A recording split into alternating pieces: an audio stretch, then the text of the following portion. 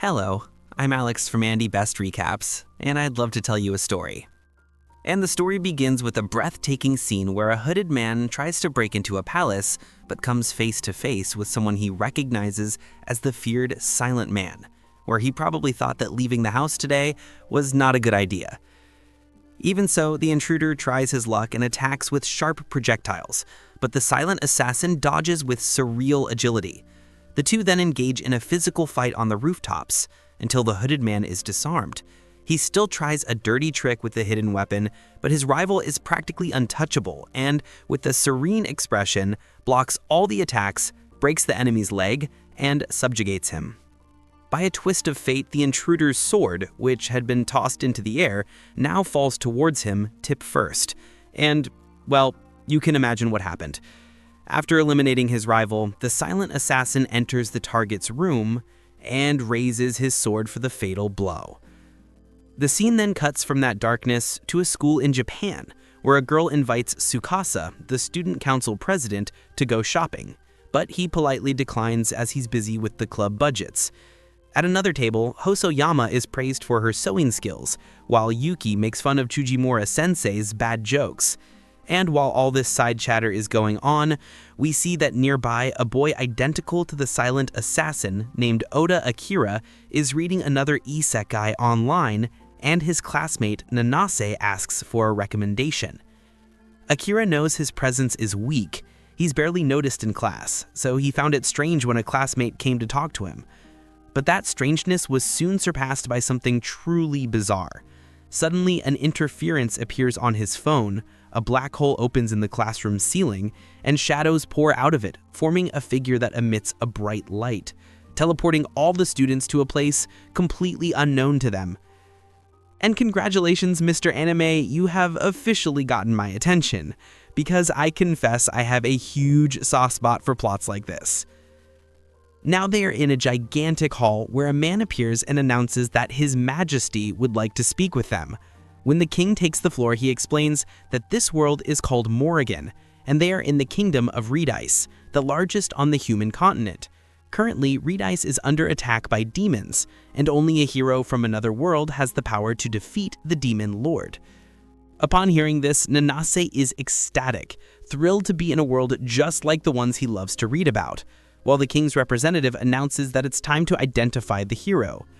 At that, the students began placing their hands on a crystal ball, one after another, and we see the first boy, though not the hero, discover that his stats are above normal. Excited, everyone rushes to find out their classes.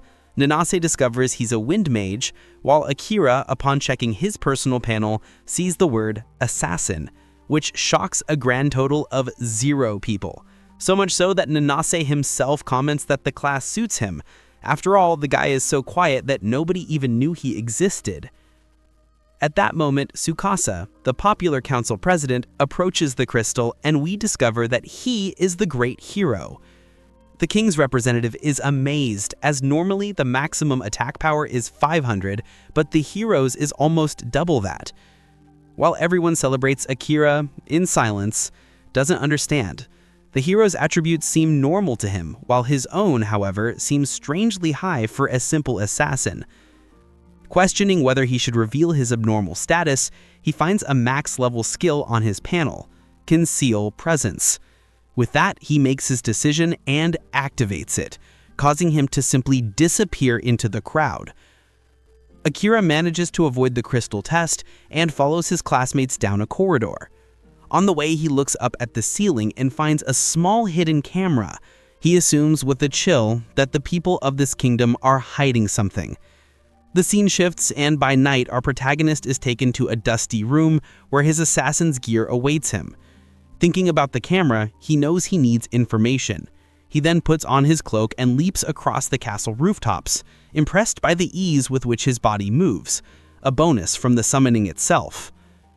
Noticing a strange movement, Akira conceals his presence and listens to a conversation between the king and the princess, where she says that the brats from a world without magic won't be a problem. Hearing these words, the king orders the plan to proceed, reminding her that the summoned must not, under any circumstances, enter the castle archives, as they cannot know too much. Confirming that the king is plotting something, Akira feels the impulse to draw his dagger and kill him right there, but decides to retreat, at least for now. The next day, during a grand banquet, Akira, still invisible, wonders if he should tell the others what he discovered, but fears no one would believe him. Then the hero Tsukasa arises and gives a fiery speech proposing that everyone use their new powers to help the people of this kingdom and defeat the demon lord. And while his classmates celebrate, Akira finds it pathetic that all of them trust the king's word so blindly. Later, the first squad is formed, and Saran Mithray introduces himself as the commander of the Knights of Redice, announcing that training begins today, and in 1 month they will enter a dungeon. While Tsukasa and the others are grateful, Akira, still hidden, decides that he needs more information and slips away. To his surprise, the commander sees him even with his concealment active. After a brief chase, Saran confronts him, explaining that his eyes are mystical and can perceive temperature differences. Akira threatens to draw his knife, but Saran calms him, saying he won't tell the king. The assassin asks if the knight isn't on his ruler's side, and Saran replies, "It's complicated." With that, the two decide to sit down and catch up. Akira starts the conversation, saying he wants access to the archives. Saran, surprised to learn that Akira's concealed presence is at max level, offers to help train his other skills, which are still at level 1. Akira, for his part, needs to find a way to get back home to his family. However, Saran doesn't know how to help with that, but advises him to get stronger anyway. After all, it would all be in vain if he died before finding out how to return. He mentions that he can, at the very least, help Akira become a great assassin. In return, Saran asks to learn more about Akira's world. With that, the two shake hands, sealing their agreement. We're explained that in this world, besides humans and demons, there are also elves and beastmen, each race living on its own continent. After this, we see that Akira trained harder than he ever imagined while telling Saran about his world, flying metal vehicles, plates that transmit information to the whole world in a second, and anime recap channels where content creators like, say, Alex express their passion for anime by telling incredible stories, asking in return for a simple like and some hype, plus a subscription. These things are normal for him, but today he misses them. Saran is fascinated, revealing to his second-in-command Gil that the first hero also came from a place called Japan. Speaking of Akira, he finds Saran and reveals he's been sneaking into the archives every night where he found a suspicious little book. With a smile, Saran confirms that the book contains his plans for a coup d'etat, disguised as a recipe book. In the knight's opinion, the king of Redice is losing his sanity, willing to pay a terrible price to change the rules of the world. Akira read that Saran seeks a peaceful end to the reign, but believes it would have been easier if he had just killed him that night. And the truth is, even though he thought about it, he couldn't do it. Saren believes he made the right choice, as being an assassin doesn't force him to carry the burden of killing, and his mother and sister would be disappointed. The commander reveals that he values Akira not just for his skills, but for his independent thinking. Upon being summoned, he didn't follow the herd, he thought for himself. With his head down, Akira reveals that he has always gone unnoticed, and this was the first time anyone had ever praised him.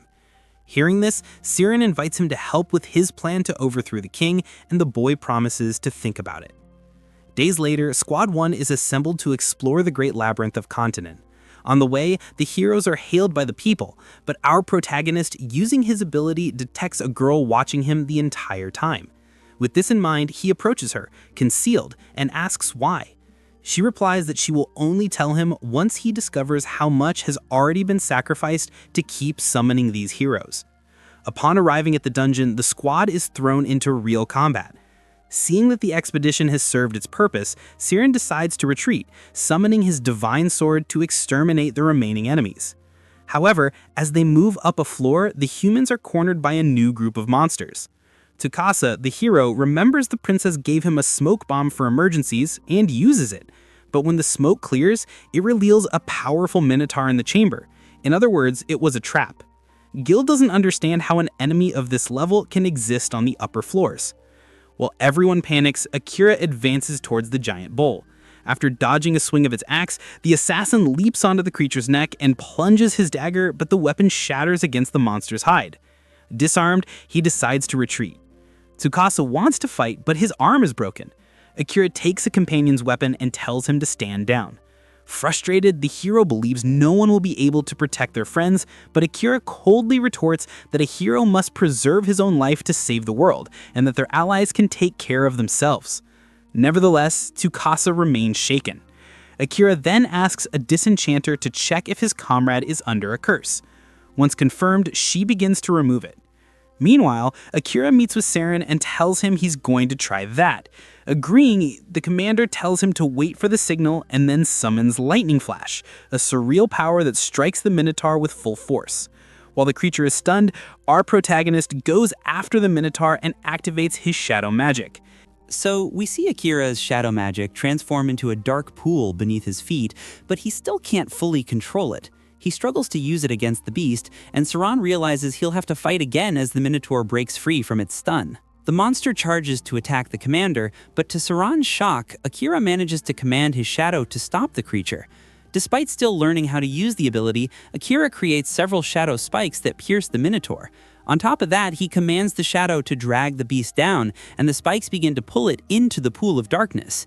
Our protagonist strains to control the magic, and with one final push, submerges the Minotaur's body, leaving only its head above the surface. With a single gesture, he sharpens the edge of his shadow pool and severs the beast's head from its body, as the others watch with a mix of awe and fear at what they're witnessing. Akira is completely exhausted after this feat, and just when we think it's all over, something goes terribly wrong. He loses control of the shadow, forcing Gil to yell for everyone to get back.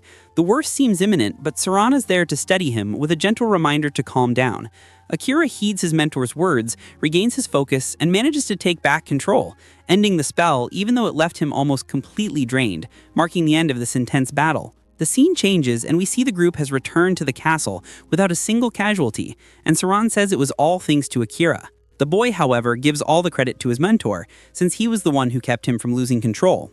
Saran admits that shadow magic is a mystery he'd never even heard of before, and while it's powerful, it's also extremely unstable.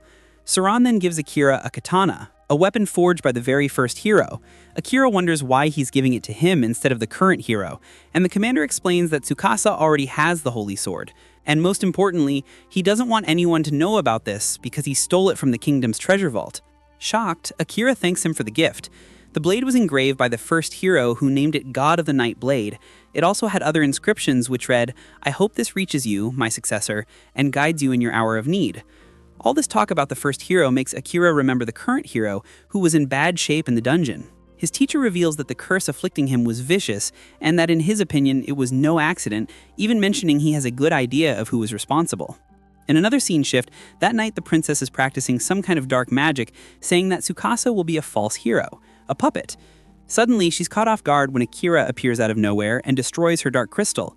She demands to know who he is, but Akira ignores her and declares that his mission to free the hero from the curse is complete.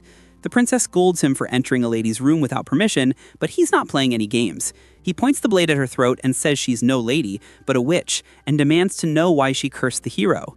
The princess just repeats that everything she does is for the king, and unable to get any answers, Akira decides to leave. Unfortunately, after he's gone, we see that the princess has several other dark crystals, each corresponding to one of the summoned heroes.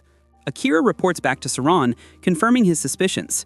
The commander is surprised that he revealed himself, and Akira explains that he wanted answers. Saran warns him not to sleep in the castle tonight, as he believes the princess will now try to curse all the other students. She won't be able to touch Akira since she knows nothing about him, which makes him an even more dangerous target, and the king will have his soldiers search every corner of the castle until they find him. Akira wonders if his master will scold him, but Saran concludes that bad decisions are a part of being young, and it's the job of adults to fix them.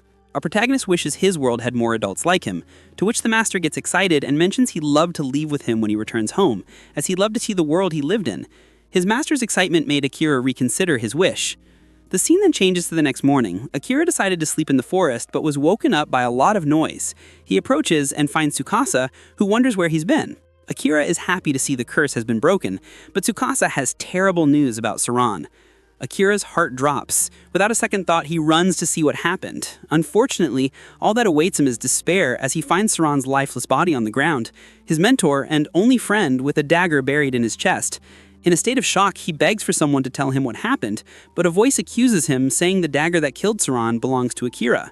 He tries to defend himself, remembering that his dagger broke, but no one believes him. They confront him about his disappearances and his mysterious appearance in the dungeon. Because he's shrouded in mystery, he becomes the biggest suspect. And I confess I'm already starting to get angry at these guys. While Tsukasa defends him, saying it's reckless to accuse him without concrete proof, the king doesn't share the same sense. He immediately declares that Akira has committed the grave sin of killing the commander. The wretched princess flashes a victorious smile, and Akira realizes it was all a setup. Before they can capture him, he uses concealed presence and disappears. The king orders his men to find him, but Akira is still there. He whispers to Saran's closest ally, Gil, who recognizes his voice. Gil reveals that Saran was actually eliminated by the king's personal assassins, the Night Ravens, and that they're after Akira too. Saran suspected something would happen and left supplies for him. Gil tells him to get the supplies and flee the kingdom. On top of that, Gil earnestly asks you, who's watching this recap, to drop a like and some hype to help our boy Akira get through this, and to subscribe and hit the notification bell to help Alex grow the channel and keep bringing you the best recaps. Showing his gratitude, Akira has no choice but to do what his master wanted: grab what he needs, hope for your like and hype, and leave for good. That night, the king and princess celebrate the success of their plan, mentioning that curses were placed on all the students except the hero. All that's left is to justify a war with the East, using the students as pawns. The king is confident Akira won't last long, but he still sends the Night Ravens after him, just in case. As for Akira, we see him entering a dungeon, remembering what Saran told him. If he ever found himself on the run, there was no better place to hide. But surviving there would require planning, as water is limited. Furthermore, dungeons are the best place to level up. Saran warned him, however, that concealed presence doesn't work on monsters with enhanced smell and hearing, but that he could evolve his assassination skill to hide his scent, his footsteps, and even his body heat. He tries to do this, but it's not easy. The dungeon is treacherous and the monsters are incredibly powerful. Despite everything, after weeks, he manages to reach the 69th floor. He remembers the last thing Saran told him. Upon reaching level 100 in his class, he would unlock a special skill. For that, he had to go to the Labyrinth of Cantine and defeat the bosses that appear every 10 floors. And my friends, once you're in the boss room, it's win or die. After defeating the last 6 bosses, Akira now enters the chamber on the 70th floor. The battle begins and he instantly realizes this beast is far more dangerous. Its claws could tear him to shreds with a single blow, and its venom is extremely corrosive. He does his best to evade, but eventually gets caught and has his ribs crushed. Even in agonizing pain, he knows he can't die there. He can't go home, and worst of all, he won't be able to avenge his mentor. The beast tosses him aside like a toy, but Akira has already decided he has to go all out. He activates his shadow magic and a barrage of spikes pierces the creature. Fueled by rage, he commands his magic to tear the monster to shreds. Victory is his, but he loses consciousness, and the monster's acidic blood is still damaging him. While he's unconscious, a voice reveals that his shadow magic has a mind of its own. It enters recovery mode, using the mana reserves hidden within the magic itself. The next morning, elsewhere, Tsukasa announces he wants to set out to fight the Demon Lord immediately. The other students, still in shock over Saran's death, aren't ready. Tsukasa figures this reaction is due to the princess's curse that Gil's told him about. He decides to go alone, but a handful of others join him, revealing they managed to break free from the curse. Yuki, a disenchanter, helped them, but Asahina also played a part.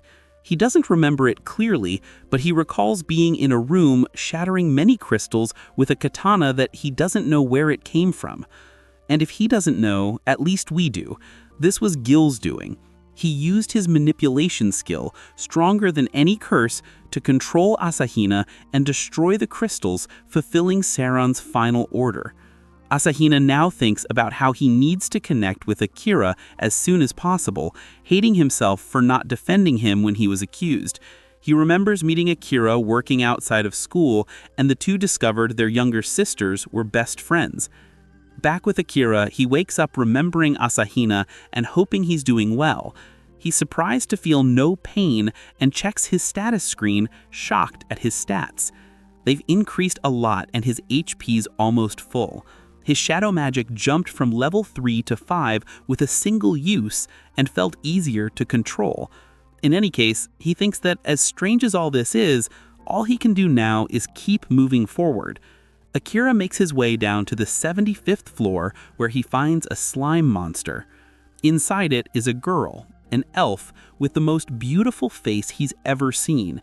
He decides to wait for her to wake up and, in the meantime, decides to test a strange skill he has called World Eyes. But as soon as he activates it, his head feels like it's splitting in half from so much information, so he shuts it down, noting that it's a very dangerous skill. The elf then wakes up and he asks if she's okay, to which she says yes. But he doesn't believe her, and she wonders why. And why doesn't he believe her, my friend? Because somehow he can see her status screen, which shows her HP at a measly 2%. It might have something to do with the World Eyes ability, and our protagonist notices she has this skill too. The girl calls him by his name and asks what he's doing there. Akira points out that she should have asked for his name first, even if she already saw it because of the ability. Unfortunately, she isn't feeling well and faints in his arms, so Akira carries her to a water source. When she wakes up, he jokes that she was woken up by the sound of her stomach grumbling. He only has water to give her, but she's too hungry, and lucky for her, the porridge he was making is just finished. Seeing her eat like there's no tomorrow, Akira realizes she'll recover soon. The elf wonders how he knows so much about taking care of the sick, and he explains he learned over time because his mother is in poor health. She notices the writings Akira was making on the wall and realizes he carried her from the 75th to the 69th floor just to find water for her. Even so, she wants to know if he's a creep and if he touched her in any weird places.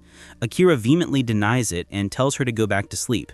Before she drifts off, she reveals that she's royalty. Akira already knew. She says no one has ever done something like this for her and falls asleep. He decides to get some rest too, but can only do so because he activates a Detect Danger spell, extending its range to cover the elf as well. Before she falls asleep, she feels the spell over her and determines that he might be a nice guy after all. The next day, Akira reaches the 80th floor. He slices the stomach of a giant ogre, and the elf uses a gravity spell to crush another. She's all better now, and Akira asks why she's still following him. She says she isn't, they just happen to be going in the same direction. Akira doesn't buy it and says he's not going to protect her. The elf is insulted, saying she can take care of herself. They finally arrive at the next boss chamber where a ferocious dragon appears. Wasting no time, it attacks, and Akira uses Concealed Presence. The elf uses her powerful gravity magic to buy some time, but this dragon is the most fearsome opponent he's ever faced. The beast knocks him away, and the elf says the monster must be tracking his mana. Akira isn't skilled enough to diffuse his mana as she suggests, but her idea gives him an inspiration. He focuses on controlling his mana in a different way. Instead of covering his body, he now uses it as an extension of himself. And it works. The dragon is distracted by a mana arm, allowing Akira to attack it from a different angle. He delivers the lethal blow and still manages to save his companion from being crushed. She can't even comprehend what she just saw, as he explains that he used the mana around him to create something separate from himself. This confuses her, since that shouldn't be possible, since the only person who has ever done anything like that was the first hero. Suddenly, they are both shocked as the dragon begins to glow for some mysterious reason. And with this new power awakened and another mystery in the air, today's episode comes to an end. What do you think is happening with the dragon? If you want to find out, you know what to do. Leave a like and some hype to show your support, comment with your theories, and of course, subscribe and hit the notification bell so you don't miss the next part of this incredible journey.